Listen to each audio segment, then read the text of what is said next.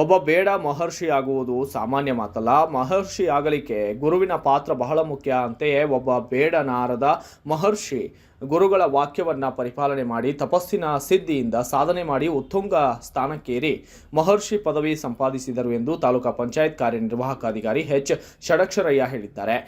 ಕರ್ನಾಟಕ ಸರ್ಕಾರ, ತಾಲೂಕಾ ಆಡಳಿತ, ತಾಲೂಕಾ ಪರಿಶಿಷ್ಟ ವರ್ಗಗಳ ಕಲ್ಯಾಣ ಇಲಾಖೆ, ಸಂಡೂರು ಇವರ ಸಹಯೋಗದೊಂದಿಗೆ 2023 ವಾಲ್ಮೀಕಿ ಜಯಂತ್ಯೋತ್ಸವದ ಉದ್ಘಾಟನಾ ಸಮಾರಂಭದ ವಾಲ್ಮೀಕಿ ಭವನದಲ್ಲಿ ಭಾಗವಹಿಸಿ ಮಾತನಾಡಿದ್ದು, ಸಂಡೂರು ಸರ್ವಶಾಂತಿಯ ತೋಟವಿದ್ದಂತೆ ಜನಾಂಗದ ಇಲ್ಲಿ ಎಲ್ಲಾ ಸಮಾಜದವರೊಡಗೂಡಿ ಸುಂದರವಾದ ಬದುಕು ಕಟ್ಟಿಕೊಂಡಿದ್ದಾರೆ. ನಂಜುಂಡಪ್ಪ ವರದಿಯ ಪ್ರಕಾರ ಅತ್ಯಂತ ಹಿಂದುಳಿದ ಕ್ಷೇತ್ರವಾಗಲು ಕಾರಣ ಶಿಕ್ಷಣ ಎಂದು ಹೇಳಿದ್ದಾರೆ.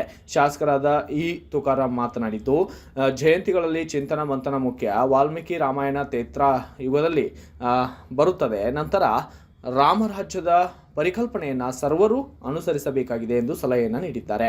ವಿಜಯನಗರದ ಶ್ರೀಕೃಷ್ಣ ದೇವರಾಯ ವಿವಿ ಬಳ್ಳಾರಿ ಪ್ರಾಧ್ಯಾಪಕ ಗೋಪಾಲ್ ನಾಯಕ್ ಸಾನ್ನಿಧ್ಯ ವಹಿಸಿದ್ದ ಪ್ರಭು ಸ್ವಾಮೀಜಿ, ತಾಲೂಕಾಧ್ಯಕ್ಷ ಜಯಣ್ಣ ನವಲೂಟಿ, ವಾಲ್ಮೀಕಿ ಬೆಳಕು ಪ್ರಶಸ್ತಿ ಪಡೆದ ಡಿ ಕೃಷ್ಣಪ್ಪರವರು ಮಾತನಾಡಿದ್ದು, ಕ್ಷೇತ್ರ ಶಿಕ್ಷಣಾಧಿಕಾರಿ ಡಾಕ್ಟರ್ ಐಆರ್ ಅಕ್ಕಿ ಸ್ವಾಗತವನ್ನು ಕೋರಿದ್ದು, ಸಮಾಜದ ಮುಖಂಡರಾದ ಜೆಬಿಟಿ ಬಸವರಾಜ್, ವಾಸನ್ನ ತಿಪ್ಪಯ್ಯ, ತುಮುಟಿ ಲಕ್ಷ್ಮಣ್, ಹಾಲುಮತ ಸಮಾಜದ ನಿವೃತ್ತ ಶಿಕ್ಷಕ ಬಸವರಾಜ್ ಮಸೂತಿ, ಹಸನ್ ಸಾಬ್, ನೇತ್ರಾವತಿ ವಿಕೆ, ಎಲ್ಎಚ್ ಶಿವಕುಮಾರ್, ಕೆವಿ ಸುರೇಶ್, ಜಯರಾಮ್, ನಿವೃತ್ತ ಶಿಕ್ಷಕ ಜಿ ಸೋಮಪ್ಪ ಇದ್ದು, ನಂತರ ವಾಲ್ಮೀಕಿ ಮಹರ್ಷಿಗಳ ಭಾವಚಿತ್ರದ ಭವ್ಯ ಮೆರವಣಿಗೆಯನ್ನು ಜರುಗಿಸಲಾಗಿದೆ. ವರದಿ ಅಂಜಿನಪ್ಪ ಚಲವಾದಿ.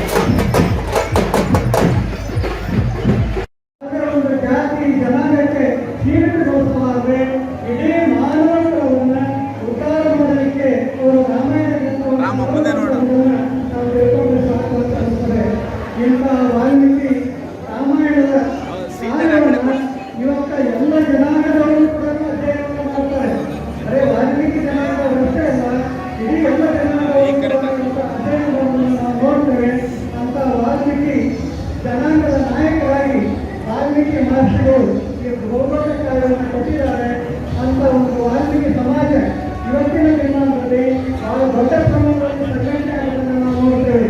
ಪುಣ್ಯಾನಂದಪುರಿ ಸ್ವಾಮಿಗಳನ್ನು ಈ ಸಂದರ್ಭದಲ್ಲಿ ನಾವು ನೆನೆಸಬೇಕಾಗ್ತದೆ.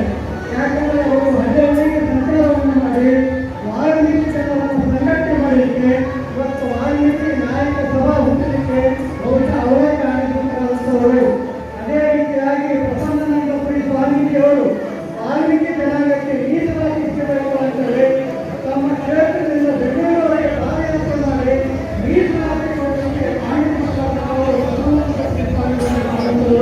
ಅಂಥವರನ್ನು ಈ ಸಂದರ್ಭದಲ್ಲಿ ನೆನಪಬೇಕು ಅಂತ ಬೇಕಂತ ಇವತ್ತಿನ ಕಾರ್ಯಕ್ರಮದಲ್ಲಿ ಮಾನ್ಯ ಶಾಸಕರು ಬಹಳ ಒಳ್ಳೆಯ ಮಾತನ್ನು ಹೇಳಿದ್ದಾರೆ. ಸಂಡೂರಿನ ಅಭಿವೃದ್ಧಿಗಾಗಿ ಅವರು ಕನಸನ್ನು ಕಂಡಂಥವರು. ಮುಂದಿನ ದಿನಮಾನದಲ್ಲಿ ಸಂಡೂರು ಯಾವ ರೀತಿ ಆಗ್ತದೆ ಅಂತಂದ್ರೆ ನಿಮಗೆ ಏನಾದರೂ ಬೇಡವಂತ ಹೋಗ್ತಂದ್ರೆ ಆಸ್ಪತ್ರೆ ಹೋಗುವಂತ ಅವಶ್ಯಕತೆ ಇಲ್ಲ. ಸಂಡೂರಿನಲ್ಲೇ ಸುಮಾರು 180 ಕೋಟಿ ವೆಚ್ಚದಲ್ಲಿ 250 ಒಂದು ಹೋಟೆಲ್ ಆಸ್ಪತ್ರೆಯನ್ನು ನಡೆಸ್ತಾ ಇದ್ದಾರೆ. ಬರೇ 1,000 ರೂಪಾಯಿಯಲ್ಲಿ ಎಲ್ಲ ಚಿಕಿತ್ಸೆಯನ್ನ ವೈದ್ಯರು ಮಾಡ್ತಾರೆ ಅಂತಂದ್ರೆ ಬಹುಶಃ ಬಳ್ಳಾರಿ ಜಿಲ್ಲೆಯ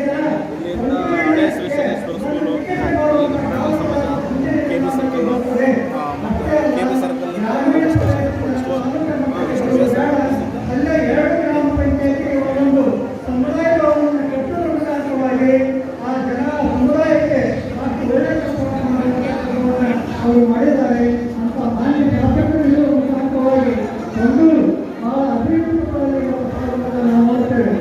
ಇಂಥ ಸಂದರ್ಭದಲ್ಲಿ ಮಾನ್ಯ ಜಯಣ್ಣವರು ಒಂದು ಒಳ್ಳೆಯ ಮಾತನ್ನು ಹೇಳಿದರು. ಸಮುದಾಯಕ್ಕೆ ಒಂದು ಶಿಕ್ಷಣ ಸಂಸ್ಥೆ ಇವೆ, ಬೇರೆ ಬೇರೆ ಶಿಕ್ಷಣ ಸಂಸ್ಥೆಯನ್ನು ಕಟ್ಟಿದ್ದಾರೆ. ಅದಕ್ಕೆ ವಾಲ್ಮೀಕಿ ಕೊಟ್ಟಿದ್ದಾರೆ. ಇವತ್ತು ಭೂಮಿ ಉಳುವ ಹೊರೆ ಅಂತೇಳಿ ಇಂದ್ರಾಜಿ ಅವರಿದ್ದಾಗ ನಮಗೆ ಭೂಮಿಗಳನ್ನು ಕೊಟ್ಟಿರ್ತಕ್ಕಂಥದ್ದು, ಜಲಾಶಯಗಳು ಕಟ್ಟಿರ್ತಕ್ಕಂಥದ್ದು. ಜಲಾಶಯಗಳು ಕಟ್ಟಿಲ್ಲಪ್ಪ ಅಂದ್ರೆ ನಮಗೆ ನೀರಾವರಿ ಮಾಡಲಿಕ್ಕೆ ಇರ್ತಿಲ್ಲ. ಇವತ್ತು ಆಸ್ಪತ್ರೆಗಳು ಕಟ್ಟಿರ್ತಕ್ಕಂಥದ್ದು ಇರ್ಬೋದು. ಅವರಲ್ಲಿ ಪ್ರಕೃತಿ ನಾವು ಉಸಿರಾಡ್ತಾ ಇದೀವಂತ ಅದು ಪರಿಸರ. ಇವತ್ತು ನಾವು ನೋಡಿರ್ಬೋದು, ಮೊನ್ನೆ ಕೋವಿಡ್ ಬಂದಾಗ ಒಂದೊಂದು ಸಿಲಿಂಡರ್ಗಳಿಗೆ 2 ಲಕ್ಷ 3 ಲಕ್ಷಕ್ಕೆ ತಿರುಗಾಡಿದಾರೆಲ್ಲ ಕಂಪ್ಯೂಟರ್. ಭಗವಂತ ಇನ್ನು ಫ್ರೀಯಾಗಿ ಕೊಟ್ಟಿದ್ದಾರೆ, ಬೆಳಕನ್ನು ಫ್ರೀಯಾಗಿ ಕೊಟ್ಟಿದ್ದಾರೆ, ಕುಡಿಯಕ್ಕೆ ನೀರು ಕೊಟ್ಟಿದ್ದಾರೆ. ಒಂದೊಂದ್ಸರಿ ಎಲ್ಲ ನೋಡಿದಾಗ ನಾವು ನೋಡ್ತಾ ಇರ್ತೀವಿ, ಗಾಡಿಗಳು ಹೋಗ್ಬೇಕಾದ್ರೆ ಹಣ ಒಂದು ಸಂಬಂಧ. ಅದನ್ನ ಪರಿಸರ ನೀತಿ ಕೂಡ ಆ ಒಂದು ರಾಮಾಯಣದಲ್ಲಿ ಹೇಳ್ತಾರೆ.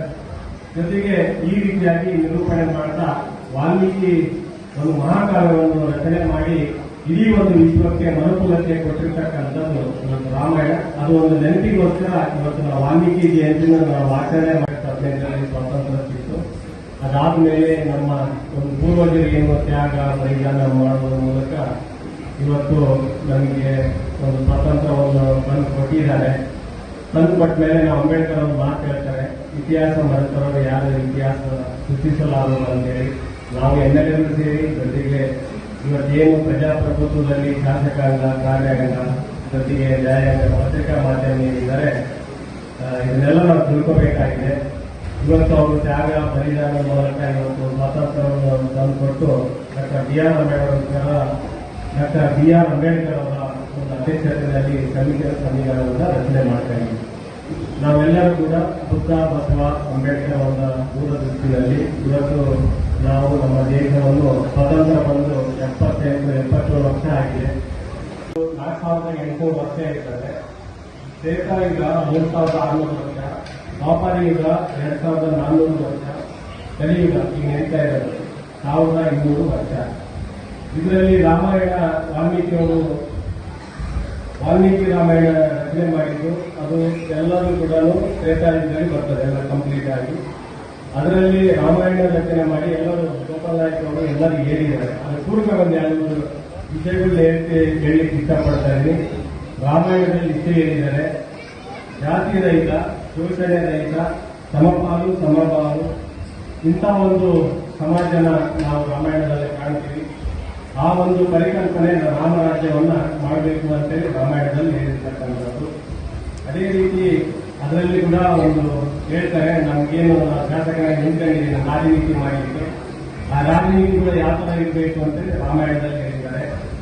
ಜೊತೆಗೆ ಅರ್ಥನೀತಿ, ಈಗ ಶಾಸಕರಾಗಿ ಆಯ್ಕೆ ಮಾಡ್ತೀವಿ, ಶಾಸಕರಾಗಿ ಆಯ್ಕೆ ಮಾಡಿದ್ರೆ ರಾಜನೀತಿ ಅಂದ್ರೆ ಲ್ಯಾಂಡ್ ಆರ್ಡರ್ ಇದು ಎಲ್ಲಾನು ಯಾವ ತರ ಇರಬೇಕು. ರಾಜನೀತಿ ಅಂದ್ರೆ ಸಮಾಜ ಪ್ರೀತಿ ಮಾಡಬೇಕು, ಜೊತೆಗೆ ಯಾವುದೇ ವರ್ಗರಹಿತ ಭೇದರಹಿತ ಏನು ಇರಬಾರದು ಅಂತ ರಾಜನೀತಿಯನ್ನು ಒಬ್ಬ ರಾಜ ಅಂದ್ರೆ ಪ್ರಥಮ ಪ್ರಜೆ ನಾವು ಶಾಸಕರಾಗಿ ಮಾಡಬೇಕು. ಅರ್ಥ ನೀತಿ ಅಂದ್ರೆ ತೆರಿಗೆ ಕಟ್ಟಿದ ದುಡ್ಡುಗಳನ್ನ ತಗೊಂಡ್ಬಂದು ಜನರಿಗೆ ಯಾವ ತರ ತಲುಪಬೇಕು, ಯಾವ ತರ ರಾಜಭಾರ ಮಾಡಬೇಕು, ಯಾವ ತರ ಪ್ರಜೆಗಳನ್ನ ನೋಡ್ಕೋಬೇಕು, ಅವರ ವಿಶ್ವಾಸ ಪ್ರೀತಿ ಅಭಿಮಾನಕ್ಕೆ ಏನಾಗಬೇಕು ಅಂತೇಳಿ ರಾಮಾಯಣದಲ್ಲಿ ತಿಳಿಸಿರ್ತಕ್ಕಂಥದ್ದು. ಅದು ವಾಲ್ಮೀಕಿ ಎಲ್ಲರೂ ಬೇಡ, ವಾಲ್ಮೀಕಿ ಎಲ್ಲರೂ ಬೇಡ, ವಾಲ್ಮೀಕಿ ಅಂದರೆ ಬರೀ ಬೇಡ ಅಲ್ಲ, ವಾಲ್ಮೀಕಿ ಎಂದರೆ ಜ್ಞಾನ, ವಾಲ್ಮೀಕಿ ಎಂದರೆ ಅರಿವು, ವಾಲ್ಮೀಕಿ ಎಂದರೆ ಮೊದಲ ಅಕ್ಷರ. ಆದ್ದರಿಂದ ಭಾರತದಂತಹ ಬಹುಜನರ, ಬಹು ಸಂಸ್ಕೃತಿಯ, ಬಹು ಜಾತಿಯ ಈ ದೇಶಕ್ಕೆ ಮೊದಲ ಅಕ್ಷರವನ್ನ ಎಲ್ಲರಿಗೂ ತಲುಪಿಸಿರುವಂತಹ ಮಹಾನ್ ವ್ಯಕ್ತಿ ಯಾರಂದ್ರೆ ಯಾರು? ಬಂಧುಗಳೇ, ಬೇಡನು ಮಹರ್ಷಿಯಾಗುವುದು ಅಂತೇಳಿ ಮಾದರಿಯಾಗಿ ತೋರಿಸಿಕೊಳ್ಳುವಂತವರು ಮೊದಲಿಗರು ಮಹರ್ಷಿಗಳು. ಆಧುನಿಕ ಜಗತ್ತಿನಲ್ಲಿ ಇವತ್ತು ನಾವು ಎಷ್ಟೆಲ್ಲ ಜ್ಞಾನದ ಅಭಿವೃದ್ಧಿಯಲ್ಲೂ ನಾವು ಇನ್ನೂ ಈ ಸಮುದಾಯ ಇನ್ನೂ ಜ್ಞಾನದ ಮುಂದೆಗೆ ಬಂದಿಲ್ಲ. ನಾವು ಗ್ರಹಿಸಬೇಕಾಗಿರ್ತಕ್ಕಂಥ ಒಂದು ಮೊದಲನೇ ವಿಚಾರ ಇದು. ಈ ಸಮುದಾಯಕ್ಕೆ ಮೂಲವಾಗಿರ್ತಕ್ಕಂಥ ಆದಿ ಕವಿಯನ್ನು ಕೊಂಡಂತ ಸಮುದಾಯ ಇನ್ನೂ ಶೈಕ್ಷಣಿಕವಾಗಿ ಬಹಳಷ್ಟು ಹಿಂದುಳಿದಿದೆ, ಪ್ರಜ್ಞಾವಂತಿಕೆಯಿಂದ ಸಾಕಷ್ಟು ಹಿಂದುಳಿದಿದೆ, ಸಾಮಾಜಿಕವಾಗಿ ಸಾಕಷ್ಟು ಹಿಂದುಳಿದಿದೆ. ನಾವು ಗ್ರಹಿಸಬೇಕಾಗಿರೋದಿದೆ. ಒಂದು ವೇಳೆ ಯಾಕೆ ಮಾತು ಹೇಳ್ತೀರಂದ್ರೆ, ಕಾಮದನ್ನೇ ಸ್ವೀಕರಿಸುವುದಾದರೆ ರಾಮಾಯಣವು ಕಾಲಾತೀತವೂ ದೇಶಾತೀತವೂ ಮತಾತೀತವೂ ಆಗಿದೆ ಎನ್ನುವಂಥದ್ದಾಗಿದೆ. ಯಾಕೆ ಅಂತಂದ್ರೆ ರಾಮಾಯಣ ಹುಟ್ಟಿದ ಕಾಲ ಯಾವುದು? ನಾವು ಇವತ್ತಿಗೂ ರಾಮಾಯಣದ ಬಗ್ಗೆ ಮಾತಾಡ್ತಾ ಇದ್ದೇವೆ, ನಮಗೆ ಬಗ್ಗೆ ಏನು ಅರ್ಥ ಆಗಲಿಲ್ಲ. ಅದಕ್ಕೆ ಈ ಕಾವ್ಯದ ಜೀವರಸ ಯಾವುದು? ಈ ಕಾವ್ಯದ ಧ್ವನಿರಸ ಯಾವುದು? ಈ ಕಾವ್ಯದ ಆತ್ಮ ಯಾವುದು ಅಂತ ಕೇಳಿದ್ದೆ ಆದ್ರೆ ಈ ಕಾವ್ಯದ ರಸ ಕರುಣಾರಸ. ಅದಕ್ಕೆ ಕರುಣಾರಸ ಏಕೋ ರಸ ಕರುಣೆಯಿಂದಲೇ ಹುಟ್ಟಿದ ಕಾವ್ಯ ಅಂತ್ಯಗೊಳ್ಳುವುದು ಆ ಕರುಣೆಯೊಂದಿಗೆ ಹೋಗುತ್ತದೆ ನಾವೆಲ್ಲ ಗ್ರಹಿಸಬೇಕು. ಈ ಕಾರಣದಿಂದಾಗಿ ನಾವು ಈ ವಾಲ್ಮೀಕಿಯನ್ನು ಯಾವ ರೀತಿಯಲ್ಲಿ ಸ್ಮರಿಸಬೇಕಾಗಿದೆ, ಯಾವ ರೀತಿಯಲ್ಲಿ ಸ್ಮರಿಸಬೇಕಾಗಿದೆ, ಈ ಗ್ರಂಥದ ಮಹತ್ವ ಏನು ಅನ್ನುವಂಥದ್ದನ್ನು ನಾವು ತಿಳ್ಕೊಳ್ಬೇಕಾಗಿದೆ. ಈ ಕಾರಣದಿಂದಾಗಿ ನಾವು ಈ ಅಂಶಗಳನ್ನು ಹೇಳಿದ್ದೇವೆ. ಮಾತು ರವೀಂದ್ರನಾಥ್ ಠಾಗೂರ್ ಅವರೇ, ಈ ಕಾವ್ಯದಿಂದ ಕಲಿಬೇಕಾಗಿರುವಂಥದ್ದು ಏನು? ಇದು ಮಾನವನ ಉದ್ಧಾರಕ್ಕಾಗಿ ಬಂದ ರಾಮಾಯಣದ ಬಗ್ಗೆ ವೈದಿಕ ಪರಂಪರೆಯ ಜೊತೆಯಲ್ಲಿ ಅನೇಕ ಪರಂಪರೆಗಳು ಇವತ್ತು ರಾಮಾಯಣವನ್ನು ಕುರಿತು ಮಾತನಾಡ್ತಾ ಇದ್ದಾವೆ. ಅದು ಜೈನ ಇರ್ಬೋದು, ಬೌದ್ಧ ಇರ್ಬೋದು, ಅನೇಕ ಜಾನಪದೀಯ ಹಿನ್ನೆಲೆಯಲ್ಲಿ ಈ ಗ್ರಂಥವನ್ನ ಪೂಜಿಸಲು ಅನ್ನುವಂಥದ್ದನ್ನ ತೋರಿಸಿಕೊಟ್ಟವರು ಮಹಾನ್ ಸ್ವಾಮಿ. ಆದ್ದರಿಂದ ಕುಜಂತಂ ರಾಮರಾಮೇತಿ ಮಧುರಂ ಮಧುರಾಕ್ಷರಂ ಆರುಹ್ಯ ಕವಿತಾ ಶೌರ್ಯಂ ಒಂದೇ ವಾಲ್ಮೀಕಿ ಗೋಪಿನಂ. ಅವರು ಹೇಗೆ ಅನಿಸ್ಬೇಕು ನಾವು ಅಂತಂದ್ರೆ, ಕವಿತೆ ಎಂಬ ಗೊಂಬೆಯಲ್ಲಿ ರಾಮ ರಾಮ ರಾಮ ಎಂಬ ಮಧುರಾಕ್ಷರಗಳನ್ನು ಮಧುರವಾಗಿ ಆಡುತ್ತಿರುವ ವಾಲ್ಮೀಕಿ ಎಂಬ ಕೋಗಿಲೆಯನ್ನ ನಾವು ಇವೆಲ್ಲ ಮೊದಲಿಗೆ ಗಮನಿಸಿ ಈ ಕಾರ್ಯಕ್ರಮವನ್ನು ಅಧ್ಯಕ್ಷರು ಅಖಿಲ ಕರ್ನಾಟಕ ವಾಲ್ಮೀಕಿ ನಾಯಕ ಮಹಾಸಭಾ ಸದೂರಿವರನ್ನ ನಾನು ತಾಲೂಕಾ ಆಡಳಿತದ ಪರವಾಗಿ ಸ್ವಾಗತವನ್ನು ಮಾಡಲಿದ್ದೇನೆ. ಸ್ವಾಗತ. ಹಾಗೆ ಶ್ರೀ ಆರ್ ಪ್ರಭು ಅಧ್ಯಕ್ಷರು ಅಖಿಲ ಕರ್ನಾಟಕ ವಾಲ್ಮೀಕಿ ಮಹಾಸಭಾ ನಗರ ಘಟಕ ಸದೂರಿವರನ್ನು ಕೂಡ ತಾಲೂಕಾ ಆಡಳಿತದ ಪರವಾಗಿ ಸ್ವಾಗತವನ್ನು ಮಾಡಿಕೊಂಡಿದ್ದೇನೆ. ಸ್ವಾಗತ.